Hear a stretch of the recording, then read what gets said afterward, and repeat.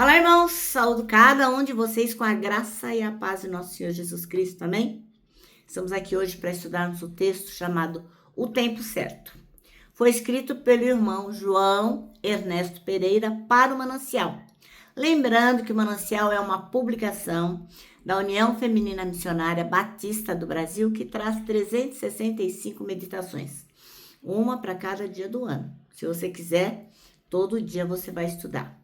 São textos devocionais escritos através da Bíblia, né, que é a palavra de Deus, com o objetivo de confortar, confrontar, fortalecer e edificar espiritualmente a sua vida e a minha vida. Bom, são gotas de esperança diárias que promovem transformação e crescimento. Eu não escrevi o texto, vocês sabem disso. Quem escreveu foi o irmão João Ernesto Pereira. O que eu faço então? Leio e conto aquilo que eu entendi. Aproveito o ensejo para pedir que, se você não se inscreveu no canal, que você possa fazer. Faz lá um comentário, compartilha, aciona o sininho. Para quê? Para que o nosso canal tenha alguma relevância e que a palavra seja entregue para outras pessoas, né? As visualizações não são muitas, são poucas. Então, muitas pessoas são inscritas, mais de 300, mas as visualizações são poucas. Por quê? Porque a gente não faz o nosso trabalho, que é compartilhar. Então, eu passo a bola para vocês aí, vou pedir que você faça o seu trabalho como missionário urbano, tá bom? Vamos orar, pedir ao Senhor que nos ensine qual é o tempo certo. Senhor Jesus, em teu nome, pedimos que possamos compreender a tua palavra, que ao compreendermos possamos aplicá-la em nossa vida e compartilhar com outras pessoas. Obrigada, Deus, por essa oportunidade de estarmos aqui e de podermos manusear a Bíblia livremente. Amém. Bom, irmãos, então vocês sabem, hoje nós vamos ler um trecho de Eclesiastes, do capítulo 3. Nós vamos ler 8 versículos, do 1 ao 8. E é um dos mais conhecidos trechos da Bíblia, porque fala sobre o quê? Os ciclos da vida. E a importância de reconhecer que tudo, absolutamente tudo, tem seu tempo certo. E esse tempo é determinado por Deus, porque ele começa dizendo: tudo tem seu tempo determinado e há tempo para todo propósito debaixo do céu. E aí, vai seguindo, listando pares de situações que mostram os contrastes da existência humana, né? Então, tem tempo de nascer, tempo de morrer, tempo de plantar, tempo de colher, tempo de chorar, tempo de rir, tempo de abraçar, tempo de afastar-se de abraçar, tempo de guerra e tempo de paz. Ora, a mensagem central é que a vida é feita de estações. E cada estação, cada uma delas, tem o seu valor. Nem sempre a gente consegue controlar os momentos em que a gente vive. Mas a gente pode aprender a aceitar e a confiar que a cada fase tem um propósito. Então, o texto vai convidar a gente a discernir, a ter sabedoria e agir no tempo certo, do modo correto. Esperar, falar, silenciar. Então, a gente vê a situação, age com sabedoria e discernimento e faz a coisa certa. Moral da história. Esse trecho costuma trazer conforto, porque lembra todos nós que tanto as alegrias quanto as dificuldades fazem parte de um plano maior, que é o plano de Deus. Então, eu me lembro de uma vez que eu li um conto, alguma coisa assim, onde a pessoa tinha uma placa na mesa dela, escrita assim: tudo passa. E é isso. Tudo passa, o que é bom e o que é ruim. Então, é só a gente ver que a estação muda a cada tempo. Então, vamos ler aí Eclesiastes 3, de 1 até o 8. E diz assim, ó: tudo neste mundo tem o seu tempo. Cada coisa tem a sua ocasião. Há tempo de nascer, tempo de morrer.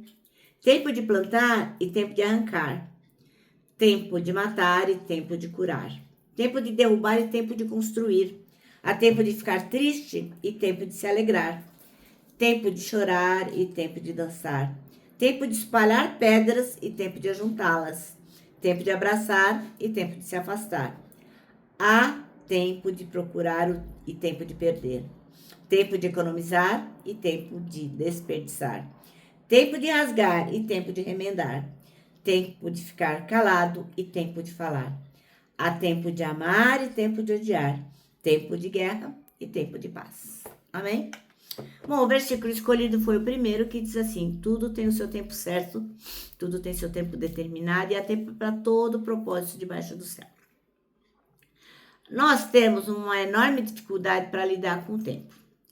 Às vezes a gente tem aquela sensação ruim de que já passou o tempo, já passou da hora, a gente já deixou acontecer, já foi, fica aquela coisa ruim, né, no coração da gente, puxa vida. E tem outros momentos que parece que as coisas aconteceram antes do tempo.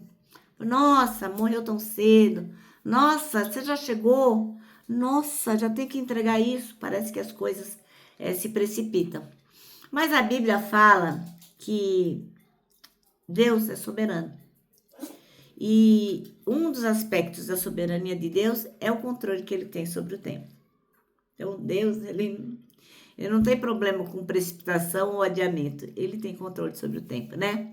Como a gente não entende bem a vida e a gente lida com um monte de dificuldade, quando o assunto é tempo, a gente tem que confiar no Senhor, a gente tem que descansar na sua soberania, a gente tem que crer na sua sabedoria, porque é Deus quem vai determinar e é Ele quem vai fazer as etapas e as estações da vida acontecer. Por mais que a gente tente, a gente não consegue acrescentar 1 centímetro à nossa vida, né? Que dirá fazer o tempo acontecer. Muitas vezes a gente quer ajudar a Deus, né? E a gente acaba se atrapalhando. Como foi o caso, né, da irmã Sara e do irmão Abraão, que Deus falou que ia dar um filho para eles, mas estava demorando, o tempo estava demorando. E a Sara pegou e deu um jeitinho, né? E ela nem era brasileira, né? Mas deu um jeitinho brasileiro. Então, o que ela fez? Pensando que o filho que ela estava aguardando estava demorando muito, o casal acabou criando o quê? Um atalho. E aí o Abraão teve um filho com a irmã Agar, mas aquele lá não era o filho prometido, né? Deus tinha prometido outro filho no tempo dele.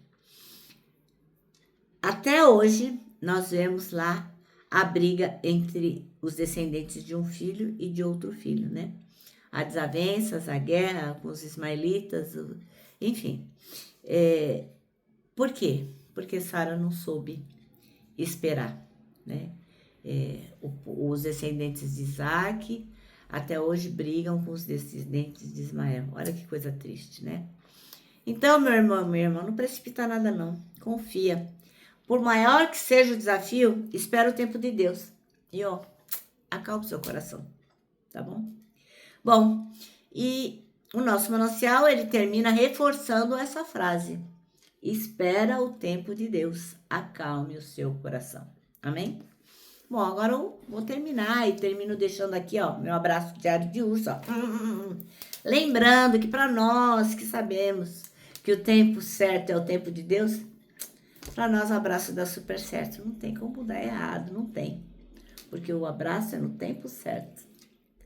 E, bom, além desse abraço, nós temos um outro dever, que é decorar o nosso versículo desse ano, que é 1 Coríntios 3,16. Então, abraça o seu irmão e decora o versículo. E o versículo diz assim, somos o templo onde o Espírito Santo habita, se move e manifesta a glória de Deus.